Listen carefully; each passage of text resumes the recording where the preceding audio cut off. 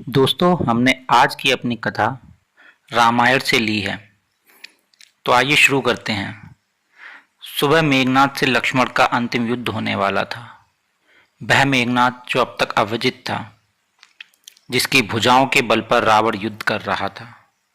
अप्रतिम योद्धा, जिसमें सभी दिव्यास्त्रों का उपयोग करने की शक्ति थी। सुबह जब लक्ष्मण भगवान राम से आशीर्वाद लेने गए, उस समय भगवान राम पूजा कर रहे थे। पूजा समाप्ति के पश्चात प्रभु श्री राम ने हनुमान जी से पूछा, अभी कितना समय है युद्ध होने में? हनुमान जी ने कहा, प्रभु अभी कुछ समय है, यह तो प्रातः काल है। भगवान राम ने लक्ष्मण से कहा, यह पात्र लो और भिक्षा मांग कर लाओ। जो पहला व्यक्ति मिले उसी से कुछ अन्न मांग लेना। सभी बड़े आश्चर्य में पड़ गए। आशीर्वाद की जगह भिक्षा? लेकिन लक्ष्मण को तो जाना ही था, क्योंकि यह उनके बड़े भाई की आज्ञा थी। लक्ष्मण जब भिक्षा मांगने के लिए निकले तो उन्हें सबसे पहले रावण का एक सैनिक मिला। आज्ञा अनुसार मांगना ही था।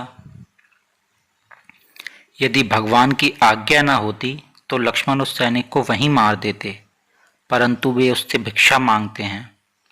सैनिक ने अपनी रसद से लक्ष्मण को कुछ अन्न दे दिया। लक्ष्मण ने वह अन्न लाकर भगवान राम को अर्पित कर दिया।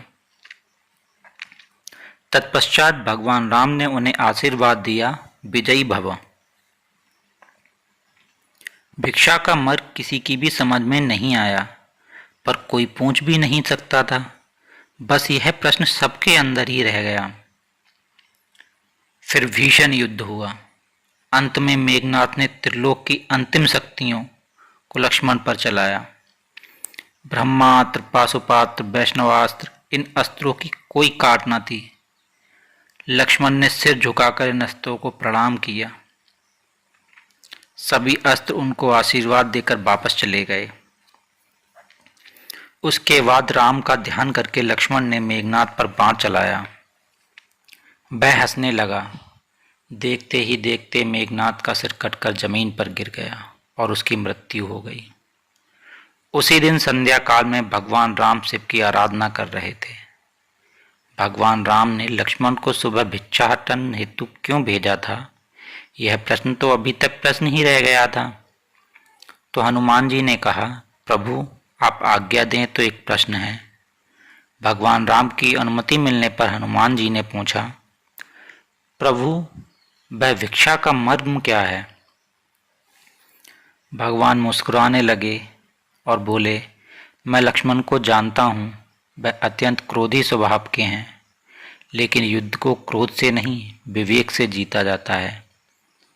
जीवन के हर क्षेत्र में विजयी वह होता है जो उस समय विशेष पर अपने विवेक को नहीं खोता है। मैं जानता था कि मेघनाद ब्रह्मांड की चिंता ना करेगा। वह युद्ध जीतने के लिए हर तरह के दिव्यास्त्रों का प्रयोग करेगा।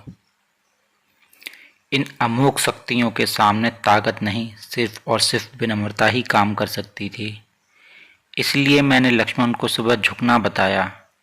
एक वीर शक्तिशाली व्यक्ति जब भिक्षा मांगेगा तो विनम्रता उसमें स्वयं प्रवाहित होगी। लक्ष्मण ने मेरे नाम से बाण छोड़ा था। यदि मेघनाद उस बाण के सामने विनम्रता दिखाता तो मैं उसे भी क्षमा कर देता। केवल जब हम महानता की दीवार तोड़कर स्वयं को विनम्र एवं तुच्छ प्राणी के रूप में प्रस्तुत करते हैं और अपनी व्यवहार संबंधी जटिलताओं और अहंकार को बस में कर लेते हैं, तभी जीवन वास्तव में आनंददायक बनता है। अहंकार को बहलाकर हम समर्पण की कला में श्रेष्ठता हासिल कर सकते हैं। यदि आप में विनम्रता और सरलता के गुण हैं तो यह आप मान सकते हैं कि आपके पास वह सब कुछ है जो आपको चाहिए। जय श्री राम।